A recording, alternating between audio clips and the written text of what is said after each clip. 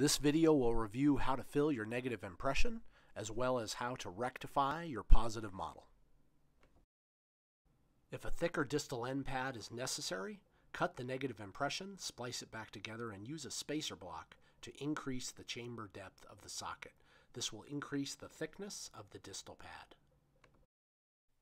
Create an air source through your positive model by drilling a hole in the negative impression.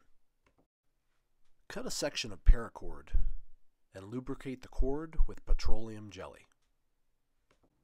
Insert the paracord through the bottom of your negative impression.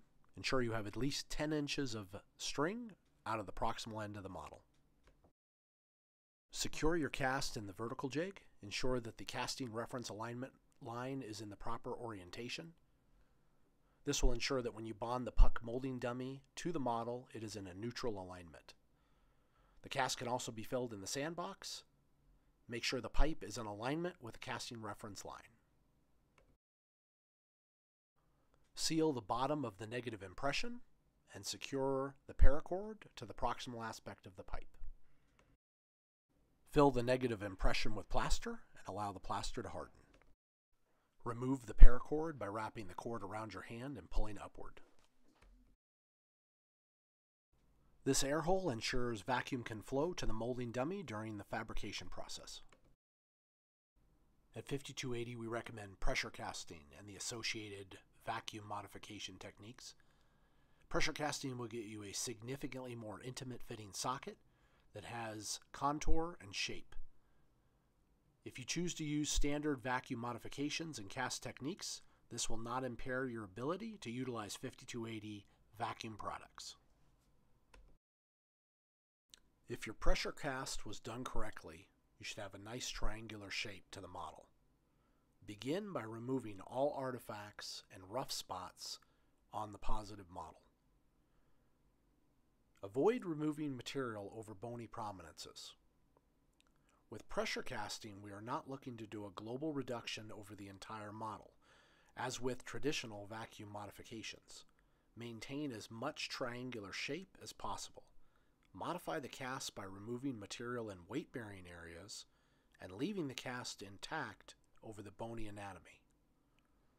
Avoid removing material over the tibial crest and the fibular head.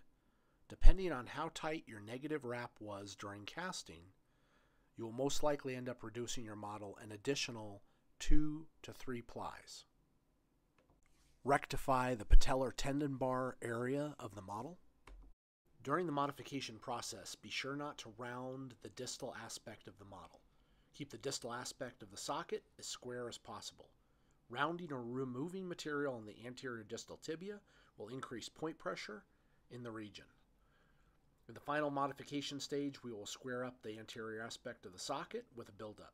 Do not remove any material over the fibular head.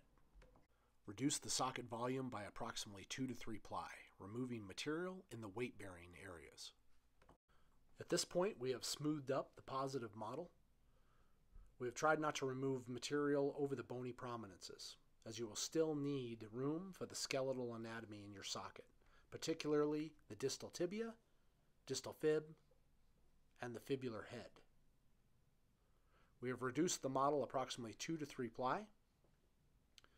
The volumetric reductions have primarily been in the weight-bearing areas such as the medial tibial plateau, the interosseous, and the popliteal area of the cast.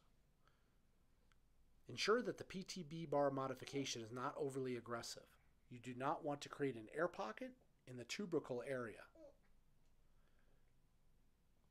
A deep PTB bar will push the patellar tendon back and create an air pocket just distal to the bar. It's okay to apply light buildups to the positive model. If there is bony anatomy you are concerned about, feel free to do a light buildup of 1/8 inch to 3/16 on the tibial crest, fibular head, or any other bony anatomy you feel should be addressed. It's important not to do aggressive buildups such that you create a pocket that the vacuum will suck the tissue into the void. It's important to consider the trim lines during the modification process. The trim lines on a vacuum socket will typically be much lower than a traditional socket. The The trim lines should not gap away from the residual limb, nor should they be so high that the ceiling sleeve will bridge across the socket ears during knee flexion. Square the distal tibia region on the positive model. Adding additional plaster in this area will result in additional padding in the bottom of the socket when the distal pad is injected.